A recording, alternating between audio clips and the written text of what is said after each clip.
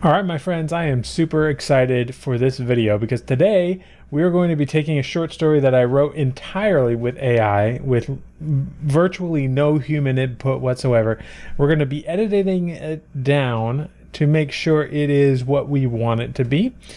And we're going to be hopefully getting through all of part one today, even though there are 4 parts to this. And I don't know how long it's going to take to edit this down, but this is going to give you a chance to really get a close look at my process for editing, how I do it. Now, the thing about editing is that everybody does it differently, and everyone has different standards about what it should or shouldn't be changed. And that's just going to be up to you and up to your standards and your process. But hopefully this will give you an idea of what I consider to be, bad language versus good language, etc. I'm certainly not the best editor in the world, but I am better than the AI. And so I could definitely take what it gives me and improve upon it. And so I just wanted to give you an idea of what that looks like so you can see it. And I'll walk you through. We'll hopefully get through part one today, and then in future live streams I'm going to get through part 2 and 4 so you can literally see the entire process, not just part one. All right, so we have here, this is literally the text that Claude spit out at me. And so from the start, there are a few like easy things that we can remove.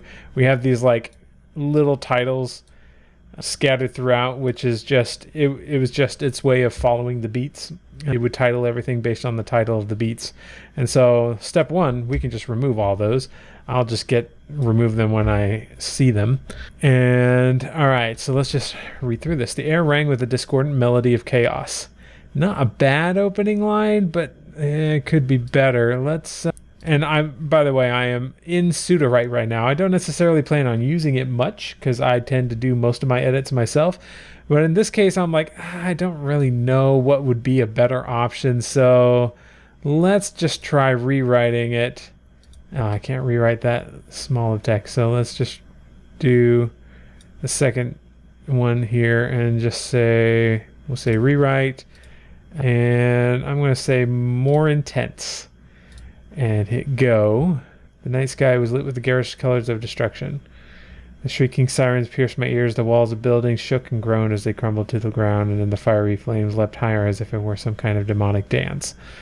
Surrounding me, screams of terror suffocated me, leaving me gasping. Yeah, it's certainly more intense, but maybe a little over the top. So let's see. But, doing that gives me a couple of ideas. And so I say something like shrieking sirens, period. Chaos, sirens wailing, and then we can delete this. The buildings groaned and crashed, flames crackled, and all around me citizens screamed. That's a little better in my opinion. This was the soundtrack. See, this is weird. The soundtrack of another clash, but I brought myself back to focus. Everything else was a distraction.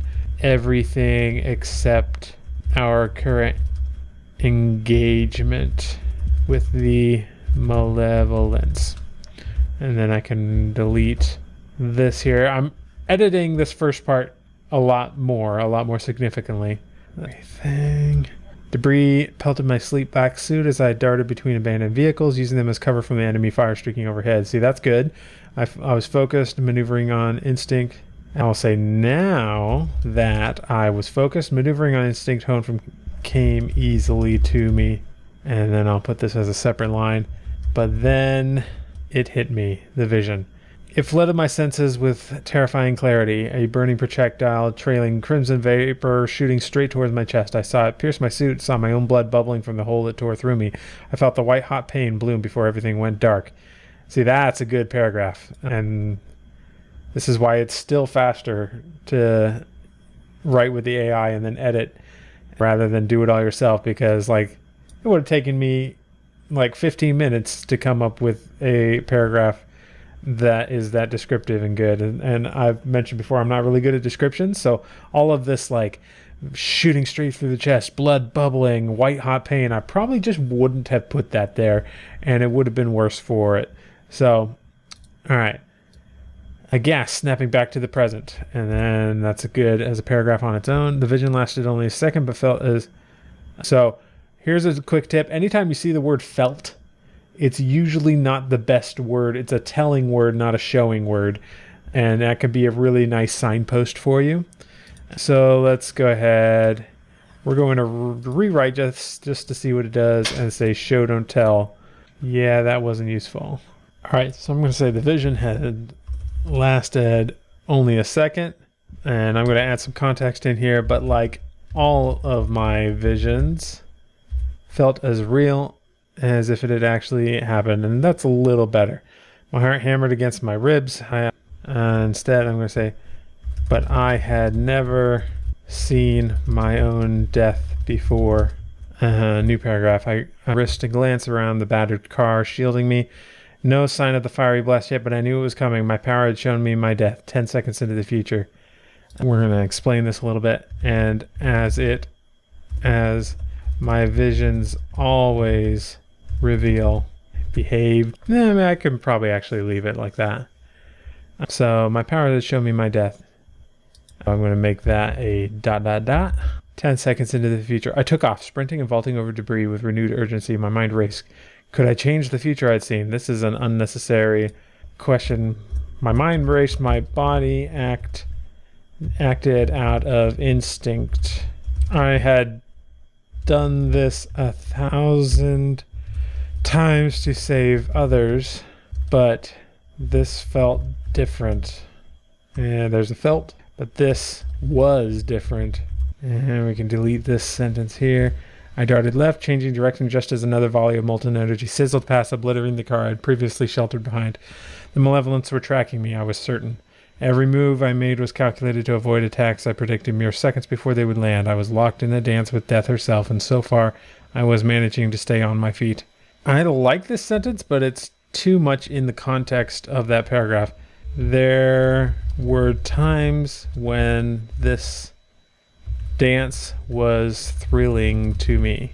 And then we'll say, dance with death herself, and so far, I'll just delete that, but so far I had only danced with death over, and I had only used my powers to save others, not myself. This was new. And then delete that. Foresight, the voice crackled over my radio. It was Maya, her tone urgent. Of course she was worried. My movements were choppy, desperate, not my usual agile grace. I twisted... Hang on, is that contradicting? Yeah, no, that works. I twisted into her somersault as a chunk of concrete sailed past, avoiding it by mere inches. Before I even landed, I was leaping again, narrowly dodging a flurry of malevolence laser-like projectiles. They peppered the ground where I had just been standing. Too close. See, that's a good paragraph. I'm okay, I shouted back into the radio, though my lungs burned and my words came out choked. I wasn't okay. How could I be, with every fiber of my being focused on evading attacks I foresaw only seconds before they would obliterate me? So it seems like he's having the visions multiple times, and so I should probably go back and add that again up here somewhere to make that a little more clear. This time, the visions of my death kept coming, and every time I avoided my fate, another vision came. Only experience with the visions kept them from distracting me long enough for the visions to come true. Something like that. Pepper the ground where I had just been standing too close. Okay, I'm okay. Yeah, I had to concentrate. I had to find a way to the death. I foresaw only seconds before they were. I had to concentrate. And that would make a good paragraph on its own. Here's another little tip. In an action scene, short paragraphs are great, especially if you have them to like break up the longer paragraphs. This sentence we don't need. There was a boom overhead and a streak of gold cut through the smoke-filled skies. Maya was moving nearly faster than the eye could follow, raining her light-infused kicks down on the enemy. Kicks seems shallow. What shall we call them? Light-infused. Oh, they're giving Pseudorite's giving me options. Recoil, shakes, strength, power, none of these are particularly good. High gear. We'll just say We'll just say power for now. All right, we'll just say energy. But even she couldn't be everywhere at once. I was relying on my own abilities to keep myself alive, a task that was growing more impossible by the second. Let's break that up. And sometimes you can get some words and just like cut the sentence down. A task growing more impossible by the second is better than a task that was growing more. So anytime you can make the sentence a little bit more curt, that'd be good. Amidst the bedlam, oh gosh. I'll just say chaos. We can just say chaos. An angel of thought rushed to my mind. It was Vera, our telepath. Instead of saying it was, I could just say Vera, our telepath. It makes it a little more deep point of view. And then here's another place where you can make it a little more deep point of view. And saying, instead of saying I sensed her presence, just say her presence was gentle and luminous, reaching out. Her mental voice soothed. Make it a stronger action verb. As she said, you're not alone in this fight. We're with you. Make that italicized because it's a thought. But she recoiled a moment later, shaken by the visions of doom flooding my thoughts. Here's what we can do. We're ... And then instead of saying, but she recoiled right as a new vision of my death flooded my thoughts. I couldn't blame her for withdrawing. My own mind was filled with inescapable scenes of my impending death. Each movement I made only seemed to feed the sequence of events leading me there. I was lost in it, a prisoner trapped in shackles only I could see. It's a little over the top, but I'll leave it there for now. Maybe in a future edit I'll figure out something better there. Vera's comfort left me as swiftly as it had come.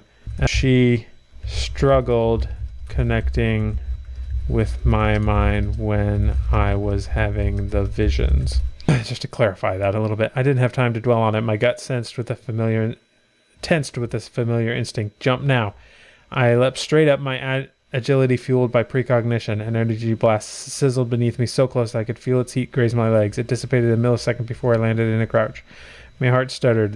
That attack, the flaming karma, it was the one that would pierce straight through me if I didn't alter to this deadly sequence. See, so this is saying that the first vision he had is now this one, but that wouldn't make sense because he's seeing only 10 seconds into the future. So here's a little bit of a plot hole. So had been a big one, much like the first. I whipped my head around. Through the chaos and smoke, I spotted my would-be killer, a malevolent combatant clanking toward me, its hulking mechanical body streaked with ash, but eyes glowing red with a malicious intent. It raised its cannon-like arm, aiming it squarely at my chest for another blast. So this was to be the instrument of my demise. Yeah, no. It's always interesting to see. Now, let's say it's an odd sensation to see someone trying to kill you.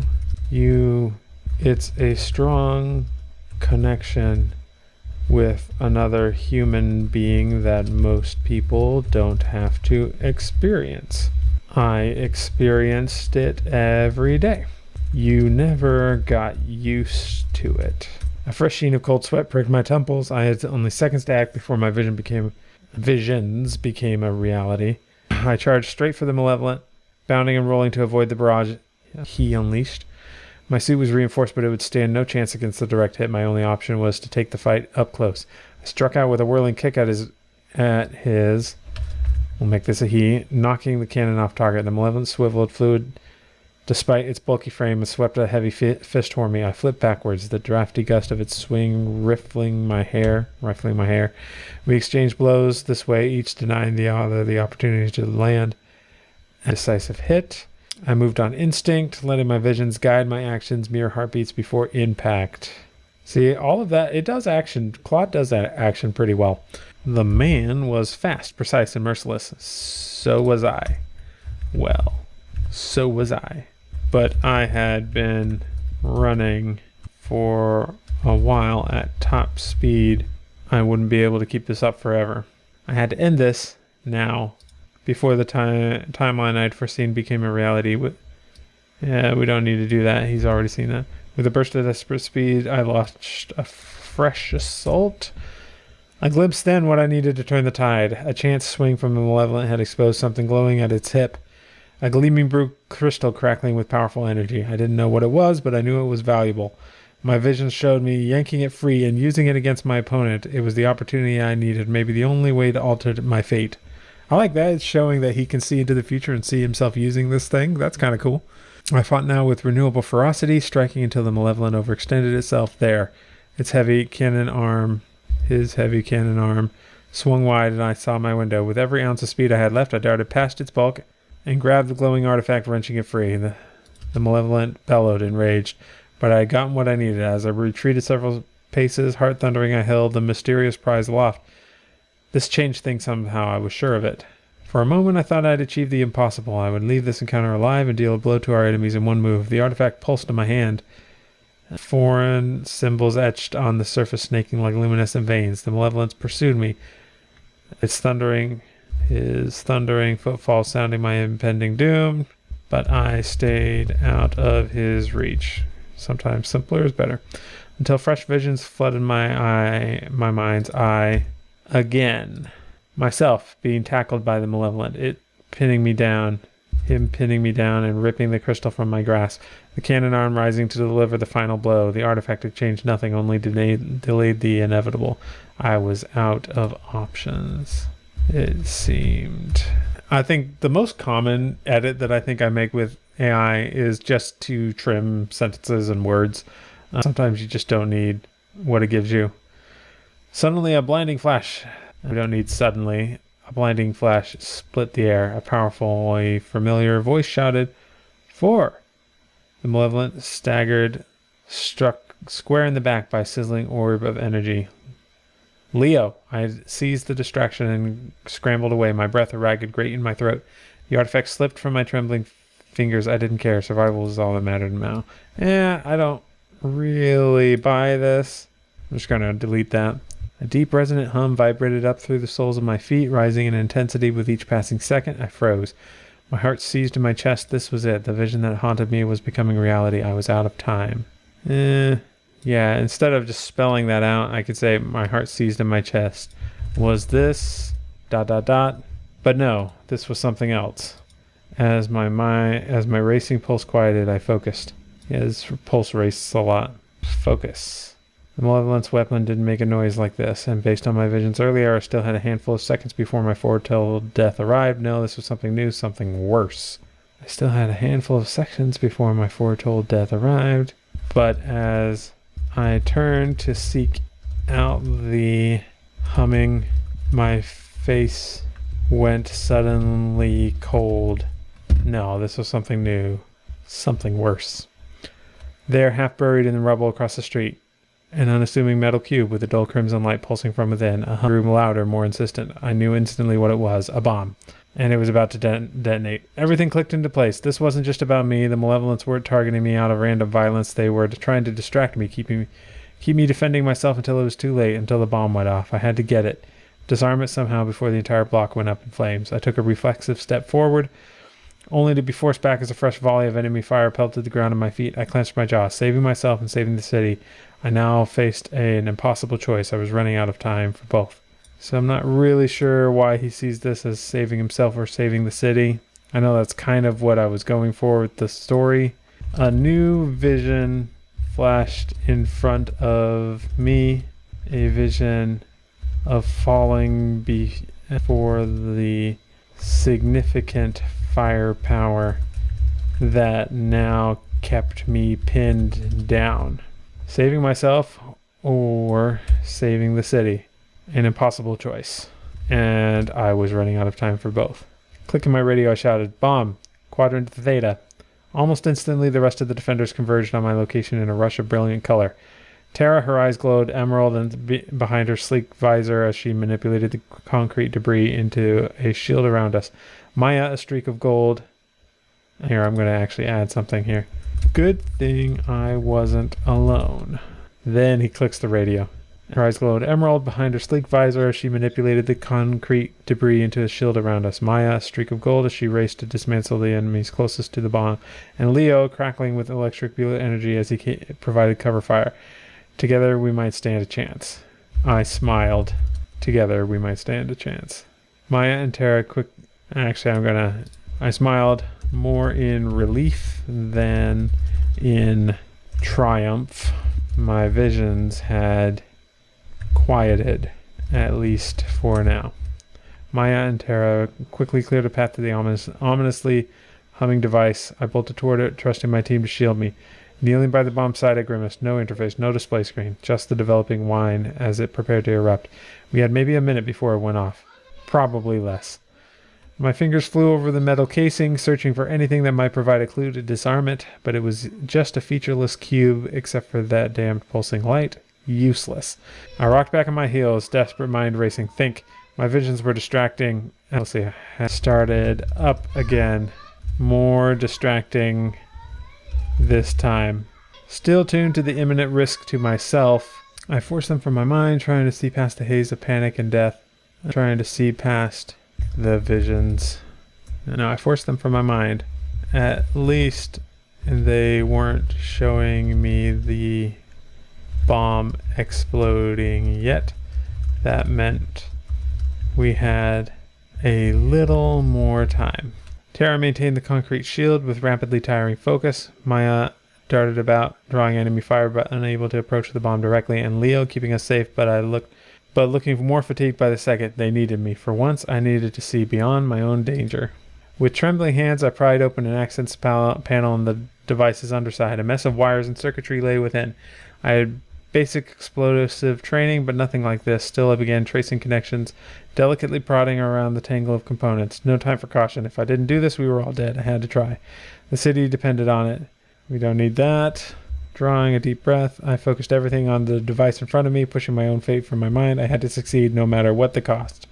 And then I think this one started getting into chapter 2 or part 2. And if I go here to part 2 and just see where it starts. Okay. Ugh. So it actually looks like a lot of part 1 was actually part of part 2. I should have seen that coming. This is why I like you to go through chapter by chapter and edit the chapter before I generate the next chapter, if that makes sense. Because now we've got a case of like, we've got most of the story here, I think. And then, okay, no, looking at it here, looks like they are at the point of the bomb. So, well, no, that was part 3. Hang on. Okay, so I went through and took a look at the beats for part 1 just to remind myself, and it does look like this, this part here is definitely part of chapter 2, so I'm just going to remove that. But it does look like all of this was part of chapter 1, so it did stay close to the beats. It looks like the problem is that the beats aren't necessarily in a good chronology. And again, this is the problem with not verifying your beats, is it's not necessarily going to get things very good for you. There are going to be things in there that don't make sense if you don't go and validate the beats. So if there's one lesson learned from here and doing this entire process with AI and nothing else, it's that you should verify your beats or write them yourself or what have you. It's definitely a better way to go. But it looks like we've got something passable here for part 1, and so I'm going to copy this and we're going to put it into Atticus. I've put here part 1 edited, and I might go and edit it some more, but this is good. We still have 1,800 words left even after all of that trimming down. So things are good here, and I'll see you in the next video.